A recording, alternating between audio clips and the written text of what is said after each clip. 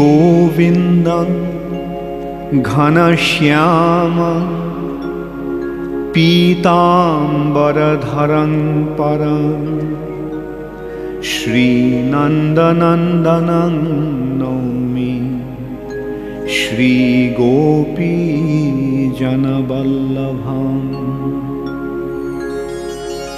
বিশ্ব বসু, এতদিন আমি তোমার সেবা গ্রহণ করেছি, কিন্তু এবার আমি চাই যে মহারাজ ইন্দ্রদ্যুম্ন এই দায়িত্ব নেন।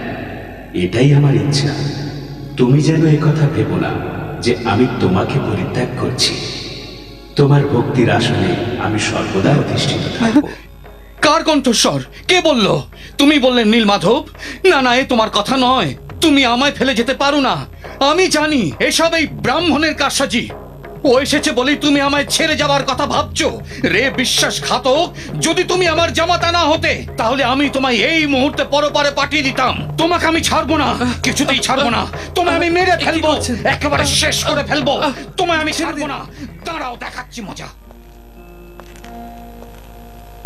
এ কি বাবা, উনি কোথায়? সেই প্রতারকটা, আমি তাকে গাছের সঙ্গে বেঁধে রেখেছি। ও আমার সঙ্গে ছলনা করেছে, আমার নীলমাধবের আরাধনায় বাধা সৃষ্টি করেছে, কিন্তু আমি বেঁচে থাকতে তাকে কিছুতেই হবে না।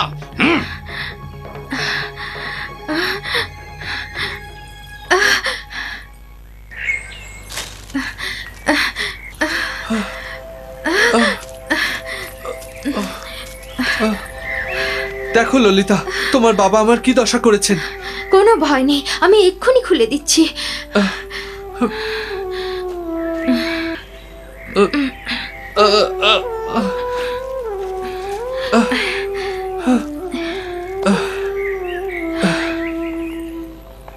তুমি আমার প্রাণ রক্ষা করলে, তোমার এই ঋণ আমি কোনোদিন ভুলবো না। তোমার জন্যেই আজ আমি নবজন্ম লাভ করলাম। আজ তুমি না এলে এই নিশুতি অন্ধকার অরণ্যে আমি হিংস্র সাপদের শিকার হতাম, নয়তো অনাহারে প্রাণ ত্যাগ করতাম। আমায় এখনই অবন্তিপুরে গিয়ে মহারাজ ইন্দ্রদ্যুম্নকে শ্রী শ্রী নীলমাধবের কথা জানাতে হবে। তারপর আমি নিজে এসে তোমায় নিয়ে যাব। যাবেন না, শুনুন শুনুন। মহারাজ, বিদ্যাপতি, মহারাজ, আমি শ্রী শ্রী নীলমাধব দেবের সন্ধান পেয়ে গেছি। শীঘ্র বলুন, কোথায় আমার শ্রী নীলমাধব? এখনই আমায় তার কাছে নিয়ে চলুন। তাকে দর্শন করে আমি আমার ইহজন্ম ধন্য করতে চাই। তিনি নীলাদ্রি পর্বতের শিখরে এক দিব্য মন্দিরে বিরাজ করছেন। চলো চলো, সকলে মিলে গিয়ে শ্রী নীলমাধবকে এখানে নিয়ে আসি। এসো।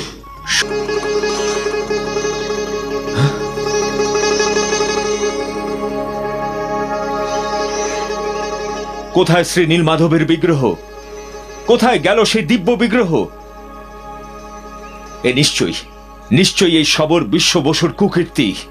বলো বলো, তুমি আমায় ভগবান নীলমাধবকে কোথায় লুকিয়ে রেখেছো? কোথায় লুকিয়ে রেখেছো? সমস্ত অঞ্চল ঘিরে ফেলো, প্রতি গৃহে গিয়ে খোঁজো। কাউকে ভেতরে ঢুকতে দেবে না, আর কাউকে বেরোতেও দেবে না। আমিও দেখছি কতদিন এই সবরকুল ভগবান নীলমাধবের সংবাদ চেপে রাখতে পারে। যাও। শ্রী শ্রী নীলমাধব দর্শনের তীব্র ইচ্ছার কারণবশত রাজা তার সেনাবাহিনীকে শবরদের গ্রাম ঘেরাও করার আদেশ দিলেন। সৈন্যগণ প্রতি গৃহে প্রবেশ করল, নারী শিশু ব্যতি রেখে সবার উপর চাপ সৃষ্টি করে নীলমাধবের অনুসন্ধান করার চেষ্টা করল, কিন্তু তারা কোথাও তাকে পেল না। একদিন গভীর রাত্রে স্বপ্নাবেশে রাজা শুনতে পেলেন, রাজা ইন্দ্রদ্যুম্ন, তুমি নিরীহ সবরকুলের প্রতি কেন এত নির্দয় হচ্ছ? এখন থেকে আমাকে নীলমাধব রূপে তুমি আর দেখতে পাবে না। আমি এখন একটি কাষ্ঠখণ্ড রূপে সমুদ্র থেকে উত্থিত হব, আর আজ থেকে তুমি আমার এই রূপেরই পূজার্চনা করবে।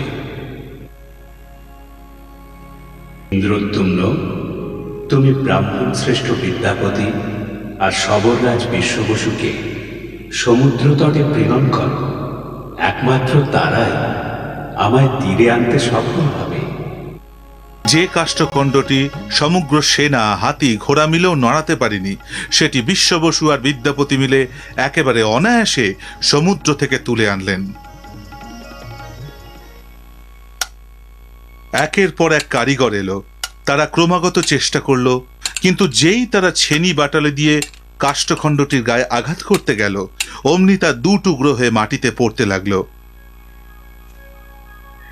অবশেষে যখন রাজা একেবারে নিরাশ হয়ে পড়লেন, তখন এক বৃদ্ধ কারুশিল্পী এলো, আর সেই অশীতিপর বৃদ্ধ তার কাঁপা কাঁপা দুটি হাত জোর করে রাজাকে স্বনির্বন্ধ অনুরোধ করে বলল, মহারাজ, আমি এই কাষ্ঠখণ্ড থেকে ভগবানরূপী বিগ্রহ নির্মাণ করতে পারি, তবে আমার একটি শর্ত আছে। যতদিন আমি কাজে নিযুক্ত থাকব ততদিন দ্বার বন্ধ থাকবে। তার পূর্বে যদি কেউ দ্বার খুলে দেয় তবে আমি কাজ অসম্পূর্ণ রেখেই চলে যাব। আপনার শর্ত অবশ্যই পালন করা হবে।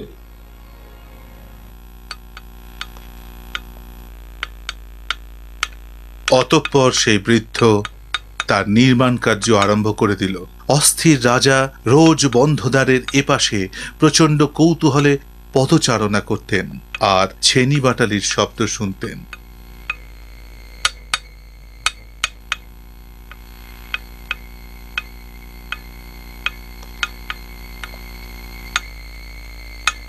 একদিন যখন রাজা বাইরে উচ্চ সমাপনের জন্য ভেতরের ঠুকটাক শব্দ থেমে গেল।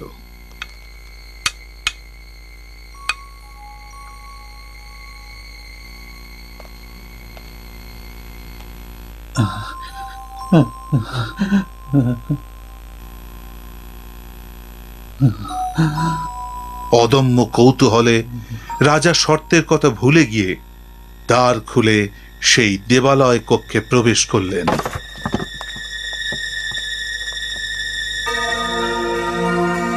হে ভগবান, এ আমি কি করলাম? আমার প্রতিশ্রুতি ভঙ্গ করলাম। আমার এই দুষ্কর্মের জন্য ভগবানের বিগ্রহ নির্মাণ অসম্পূর্ণ থেকে গেল, আর সেই বৃদ্ধ শিল্পী এই জন্যই চলে গেছে। আমি এর প্রায়শ্চিত্ত করব। এই নশ্বর দেহ ত্যাগ করে আমি এ পাপের প্রায়শ্চিত্ত করব। তিনি প্রাণ ত্যাগের অভিপ্রায় ধ্যান করতে লাগলেন।